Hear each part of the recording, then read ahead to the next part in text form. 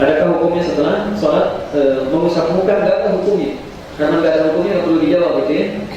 Selesai sholat mengusap muka, mengusap wajah barangkali ya, mengusap begini. Okay. Kalau sudah sholat, segala yang terkait dengan sholat itu sudah selesai, tinggal menyempurnakan saja.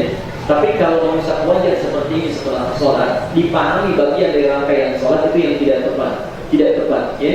Jadi nggak ada dalil di hadis apalagi Quran selesai sholat harus mengusap wajah. Yang ada dugaan dari ahli sejarah bahwa dulu zaman Nabi masjidnya belum seperti kita. Masjidnya itu masih alasnya tanah, kayu-kayunya tiangnya terbuat dari pohon pelepah kurma, kemudian atapnya terbuat dari daun-daun kurma. Yang kalau hujan pasti bocor, kalau panas pasti kepanasan. Karena itulah kalau sudah sujud itu menempel pasir dan lumpurnya itu di keningnya.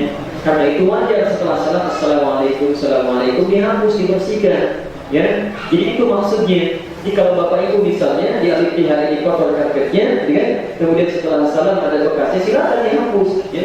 Tapi kalau kita menyengaja menghapus, tentu bagian dari ibadah, di bagian ibadah nih selesai sholat mesti begini dulu, itu tidak tepat. Ya, nggak ada hukumnya di situ. Ya. Dan kalau dipahami ibadah, kalau nggak dilakukan nggak lengkap itu sholatnya, itu masuk bid'ah. Masuk bid'ah. Ya. Sama, jangan menghapus misalnya salaman sambil bergerak. Kayaknya nggak enak nih salaman begini aja. Kan salaman itu minta. Kalau minta harus dengan isyarat yang jelas. Assalamualaikum. Assalamualaikum. Tangannya begini. Itu pun nggak ada sama.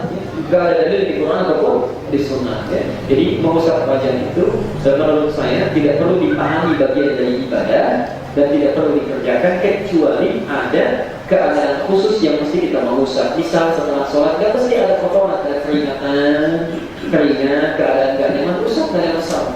Kecuali nanti mengusap wajah saat doa, itu ada hadis ini.